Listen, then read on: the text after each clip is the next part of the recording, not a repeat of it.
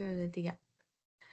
Assalamualaikum warahmatullahi wabarakatuh. Perkenalkan, kami dari kelas DS4602 dari kelompok stasioner akan menjelaskan dan mempresentasikan hasil tugas besar kami, yaitu pada mata kuliah analisa deret waktu untuk memenuhi konsep analisis deret waktu dan persyaratannya. Perkenalkan, saya Tia Daniati dan rekan saya. Nama saya Jibril Niki Gifari. Dan nama saya Zafira Salsabila. Baik, penjelasan pertama akan dijelaskan oleh Jibril Niki Gifari. Baik, untuk deskripsi dataset ini kami dapat dari Google Dataset, di mana dataset ini tentu mengenai global temperature yang didapat dari NASA Goddard Institute for Space Studies. Nah, di dalam global temperature ini terdapat beberapa wilayah, sebanyak 6 hingga 7 wilayah. Namun karena terlalu banyak, maka kami akan gunakan global line saja. Ini untuk eksplorasi datanya. Untuk data awalnya tuh terdapat 19 variabel sebelum pre-processing, di mana ada column year, measurement region, dan juga semua bulan dari Januari hingga Desember, dan juga ada sedikit tambahan, yaitu seasonal temperature, di mana gabungan antara bulan-bulan tertentu, seperti contohnya itu Desember, Januari, Februari digabungkan. Nah, di dalam data mentah ini juga terdapat beberapa missing value, di mana di sini bisa kita lihat pada bulan November terdapat 9 dan juga Desember 9. Nah, sebelum melakukan uji lebih lanjut, kita harus menghilangkan missing value itu terlebih dahulu. Nah, apabila sudah dilakukan pre-processing, kita akan membuat variabel rata-rata. Karena deret waktu itu hanya menggunakan satu variabel, maka kita akan mengerata-ratakan semua bulannya dari Januari hingga Desember menjadi satu variabel yang disebut rata-rata, yaitu kumpulan dari Januari hingga Desember. Nah, untuk ini kita hanya gunakan global land and ocean saja. Nah, ini untuk gambaran lebih rinci mengenai datasetnya. Di sini terdapat klasifikasi data, di mana kita membagi datanya menjadi 3 kelas, yaitu rendah, tengah, atau mid, dan juga tinggi. Di mana terdapat 347 data yang termasuk temperatur rendah, 278 temperatur tengah-tengah, dan juga 212 temperatur tinggi. Nah, di sini juga membuat klasifikasi dalam bentuk correlation matrix, di mana matrix memiliki korelasi yang cukup baik, yaitu 92,9% akurasi. Nah, ini untuk seleksi datanya, di mana kami hanya menggunakan data year-nya, variable year, dan juga rata-rata pada region global land and ocean. Di sini juga dapat terlihat bahwa data kita ranging dari 1880 hingga 2019, yaitu sekitar 139 tahun. Nah, sebelum melakukan apa-apa, ini adalah data mentah kita setelah diplotnya. Bisa terlihat di sini kalau datanya tuh masih terlihat tidak stasioner dan menunjukkan tren turun. Selanjutnya akan dijelaskan oleh teman saya, Zafira Salsabila. Silahkan. Baik, selanjutnya kami memeriksa kestasioneran data menggunakan uji ADF atau Augmented Decay Fuller Test, di mana cara ADF ini bertujuan untuk menentukan apabila data tersebut terdapat akar unit yang menunjukkan ketidakstasioneran dalam data. Data itu dikatakan stasioner jika hasil uji ADF lebih kecil dari nilai kritis pada taraf signifikan dan juga p-values-nya lebih kecil dari taraf signifikan sehingga menolak hipotesis nol, dan juga begitupun sebaliknya. Lanjut.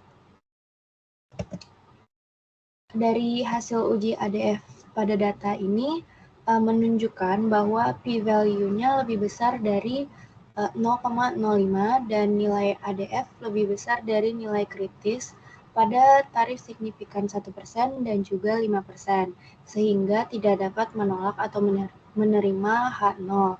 Maka kesimpulan yang dapat diambil adalah data ini tidak stasioner.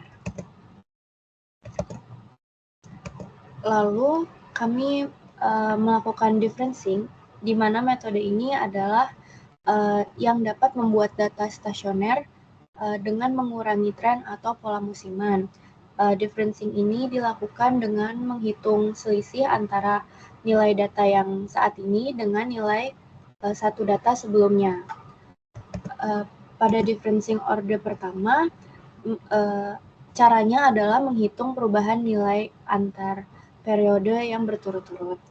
Lalu setelah di differencing order pertama, kami melakukan uji ADF kembali untuk memeriksa kestasioneran data.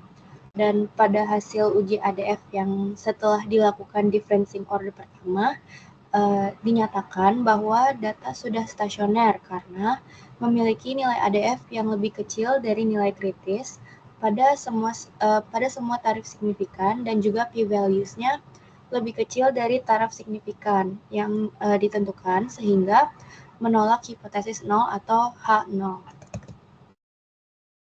Lanjut. Lalu setelah menguji ulang menggunakan ADF, kami membuat plot untuk membantu melihat apakah masih ada tren atau pola musiman yang tersisa. Dapat dilihat dari gambar berikut, plot data ini menunjukkan perubahan nilai dengan pola fluktuasi yang lebih stabil tanpa ada tren yang naik atau turun yang jelas. Yang berarti plot data ini mendukung pembuktian bahwa data rata-rata pada data kami sudah stasioner setelah melakukan differencing, sehingga memenuhi asumsi data tersebut, yaitu data yang sudah stasioner. Lalu selanjutnya akan dijelaskan oleh rekan saya, Tia Daniati. Baik, selanjutnya ada plot ACF dan PACF.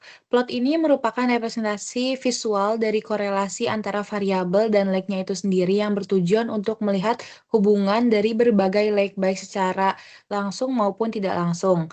Yang pertama, kita melihat plot ACF yang di sebelah kiri. Nah, plot ACF ini merupakan representasi visual yang menunjukkan korelasi deret waktu lag-nya itu kepada dirinya sendiri dan sangat dipengaruhi ya oleh periode sebelumnya. Selanjutnya, plot ACF ini membantu untuk kita menentukan order key, yaitu jumlah lag signifikan untuk komponen moving average atau MA. Oke, yang kedua ada plot PACF. Plot PACF ini merupakan representasi visual yang menunjukkan relasi atau korelasi antara deret waktu dengan nilai lag periode sebelumnya setelah menghilangkan pengaruh nilai-nilai lag antara dua periode sebelumnya dan atau antara dua periode yang sedang kami analisis. Dengan kata lain, dari plot PACF ini menunjukkan bahwa pengaruhnya itu langsung gitu dari periode sebelumnya terhadap periode saat ini tanpa dipengaruhi oleh lag-lag yang lebih jauh dari plot ACF-nya itu sendiri. Nah, plot ACF ini juga membantu kita untuk menentukan orde atau parameter orde P-nya, yaitu adalah jumlah lag signifikan untuk komponen dari autoregresif atau R. Selanjutnya, dari plot ACF dan PACF sebelumnya, kami dapat mengidentifikasi order berdasarkan nilai ACF dan PACF-nya gitu. Nah, proses ini merupakan analisis deret waktu untuk menentukan parameter order pada model. Misal, model ARMA dan ARIMA gitu, ordernya berapa, nilai P dan Q-nya itu berapa. Nah, yang pertama, kami menentukan order berdasarkan nilai ACF dulu. Nah, nilai ACF ini berarti memunculkan order atau nilai key yang dilakukan dengan mengevaluasi hasil plot dari ACF itu sendiri, yang artinya setiap lag mulai dari lag pertama dibandingkan dengan interval kepercayaan yang diperoleh dari batasan bawah atau atas, yaitu lower atau upper. Selanjutnya, nah, semua lag itu yang signifikan artinya lag itu korelasinya berada di luar interval kepercayaan. Selanjutnya akan disimpan sehingga ditemukan lag yang tidak signifikan. Nah, lag yang tidak signifikan itu merupakan lag yang berada atau nilai korelasinya itu berada di dalam interval kepercayaan. Dari data yang kita analisis atau kami analisis dari plot ACF-nya diperoleh bahwa orde atau nilai Q-nya itu adalah 34. Nah, kenapa 34? Karena leg yang ke-34 adalah leg terakhir dari leg yang signifikan atau di luar dari interval kepercayaan itu. Atau dapat disebut dari leg 34 ini terjadi cut off pada leg tersebut. Nah, sehingga ini bisa dijadikan suatu orde dari nilai moving average atau MA. Selanjutnya, kita mencari atau mengidentifikasi orde berdasarkan nilai PACF. Nah, orde berdasarkan nilai PACF ini dapat dikatakan sebagai nilai P atau orde dari R gitu, orde dari autoregresif. Nah, kurang lebih caranya itu sama, yaitu kita membandingkan leg-leg dengan interval kepercayaan yang diperoleh dari batasan interval kepercayaan tersebut. Semua leg-nya itu memiliki korelasi yang signifikan, artinya berarti tadi ya berada di luar interval kepercayaan. Nah, kemudian disimpan hingga menemukan leg yang tidak signifikan. Leg yang tidak signifikan itu adalah leg yang berada di dalam interval kepercayaan. Nah, ketika udah ketemu leg terakhir yang signifikan untuk menuju leg yang tidak signifikan, maka itu adalah ordenya. Nah, pada data yang kita analisis, terdapat orde P atau nilai P, yaitu orde dari nilai PACF itu sendiri, yaitu adalah 7, karena leg yang ke-7 ini adalah leg terakhir yang signifikan.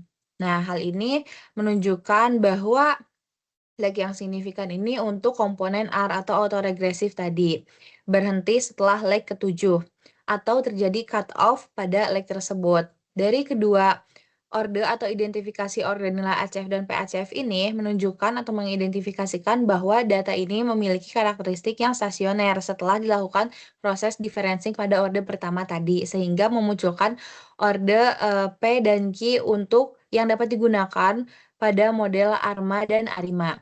Sekian, terima kasih penjelasan dari kelompok kami. Mohon maaf apabila ada kesalahan atau kekurangan. Terima kasih. Wassalamualaikum warahmatullahi wabarakatuh.